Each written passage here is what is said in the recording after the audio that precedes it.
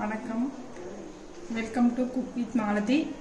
நம்ம இன்றைக்கி பஜ்ஜி செய்ய போகிறோங்க. வாழைக்காய் பஜ்ஜி பார்த்திங்கன்னா வீட்டில் இருக்க நார்மல் கடலை மாவில் நல்லா மொறுன்னு நம்ம எப்படி செய்யறதுன்னு பார்க்க போகிறோம். நான் இதுக்கு அரிசி மாவுலாம் போட போகிறது இல்லைங்க, அதனால் பார்க்கலாம் வாங்க எப்படி செய்யறதுன்னு. இதுக்கு இப்போ தேவை, நான் இதில் 1 கப்பு பாருங்கள் கடலை மாவு எடுத்திருக்கேன். இது கூட நான் இப்போ நான் கட்டி பெருங்காயங்கிறதுனால தண்ணியில் கரைச்சி வச்சுருக்கேன். அது நம்ம தேவையான அளவு ஃபஸ்ட்டு விட்டுறலாங்க. விட்டுட்டு பார்த்தீங்கன்னா நான் இப்போ நம்ம வீட்டில் தோசை மாவு வச்சுருப்பேன் இல்லைங்களா, இட்லி மாவு தோசை மாவு ஏதோ ஒன்று, அதில் இந்த கரண்டியில் இந்த மாவுக்கு நான் ஒரு 1.5 கரண்டி போட்டுக்கிறேங்க. ரொம்ப போட்டால் ரொம்ப சாஃப்டாகிருங்க, அதனால் கரெக்டாக போடணும். 1.5 கரண்டி இது போட்டாச்சு. பார்த்தீங்கன்னா அப்புறமா நம்ம இதுக்கு காரத்துக்கு மிளகாய் பொடி போட்டுக்கலாம். மிளகாத்தூள்லாம் உங்கள் தேவையான அளவு நீங்கள் போட்டுக்கலாங்க. எவ்வளோ காரம் வேணுமோ அளவு. நான் 1/2 டீஸ்பூன் போடுறேன். நான் எப்போவுமே இதுக்கு கொஞ்சம் சாம்பார் தூள் போடுவேங்க, கொஞ்சம் டேஸ்ட் நல்லாயிருக்கும். நீங்கள் வேண்டான்னா விட்டுறலாம், இல்லைன்னா போட்டுக்கலாம். நான் இது கொஞ்சம் போடுறேங்க. போட்டுட்டு சால்ட்டு தேவையான அளவு போட்டுட்டு நம்ம மிக்ஸ் பண்ணலாம்.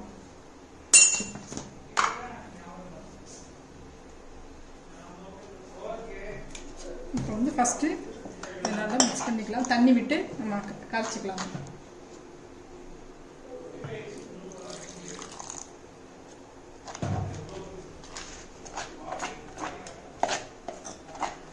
இது கொஞ்சம் கொஞ்சமாக தண்ணி விட்டு கரைச்சிக்கோங்க, அப்போதான் கரெக்டாக வரும்.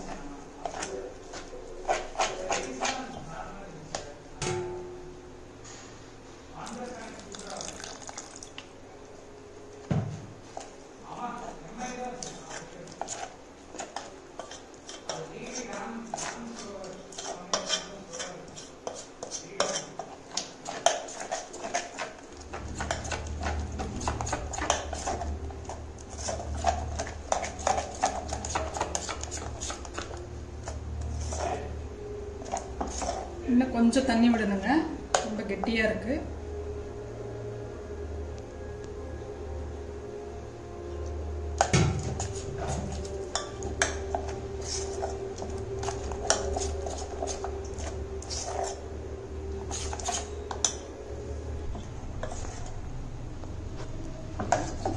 பாருங்க, இந்த பதத்துக்கு நம்ம கரைச்சி எடுத்துக்கலாம். இது கரெக்டான இருக்குங்க.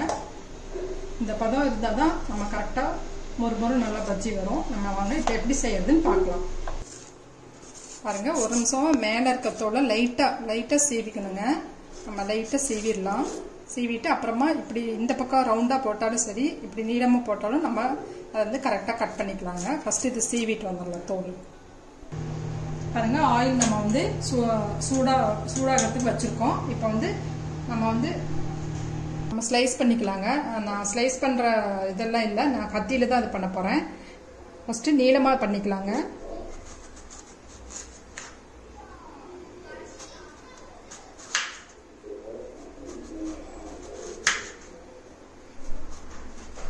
கத்தியிலே நல்லா தின்னாக வருது, இதில் இப்படியே கட் பண்ணிக்கலாம்.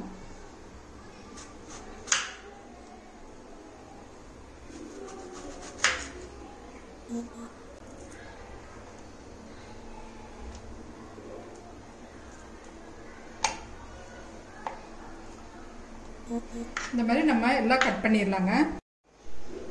பாருங்க, நம்ம கத்தியிலே நல்லா தின் ஸ்லைஸா பாருங்க கட் பண்ணி வச்சிருக்கோம் எல்லாமே. மாவு பார்த்தீங்கன்னா இந்த அளவு இருக்கணுங்க. இப்போ நம்ம எப்படி செய்யறதுன்னு பார்க்கலாம்.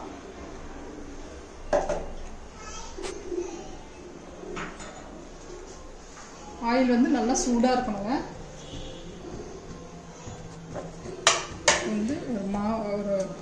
ஒரு ஸ்லைஸை எடுத்துட்டு இந்த மாதிரி 2 பக்கமும் போட்டு இது பண்ணிட்டு இந்த ஓரம் வச்சு நல்லா இப்படி சாஃப்டாக பண்ணி விடணுங்க. இப்படி பண்ணிட்டு நம்ம ஆயில் போடணும்.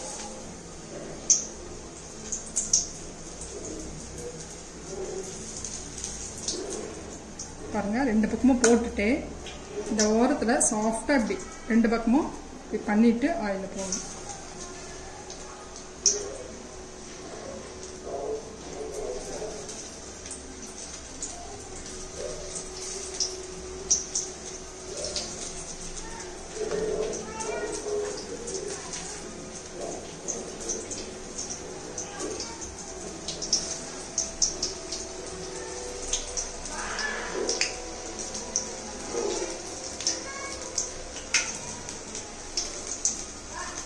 எவ்வளோ நல்லா மேலே வந்து பூரி மாதிரி நல்லா வந்திருக்கு பாருங்க. இப்போ நம்ம திருப்பி விட்டுலாங்க.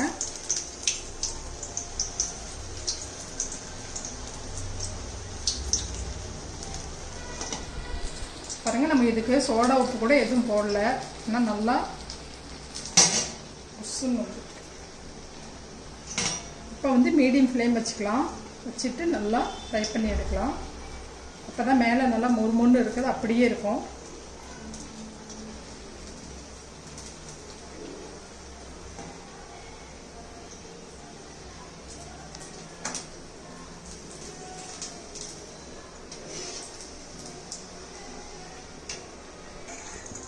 பாருங்க, பஜ்ஜி வந்து 2 பக்கமும் நல்லா வெந்துருச்சு. எடுத்துடலாங்க.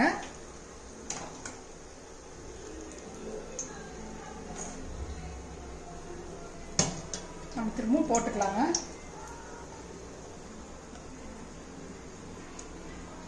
இந்த ஓரத்தில் வச்சு நல்லா சாஃப்டாக இப்படி ரொம்ப ப்ரெஸ் பண்ணாமல் இப்படி பண்ணணும்.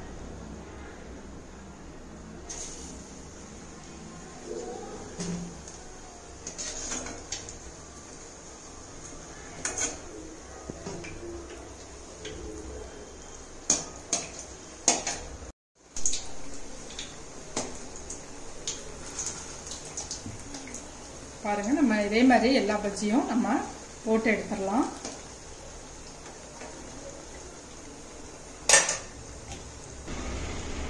பாருங்க, ஆயில்லாம் மேலே அதிகமாக பஜ்ஜியில் இல்லாமல் நல்லா ட்ரையாக இருக்கு.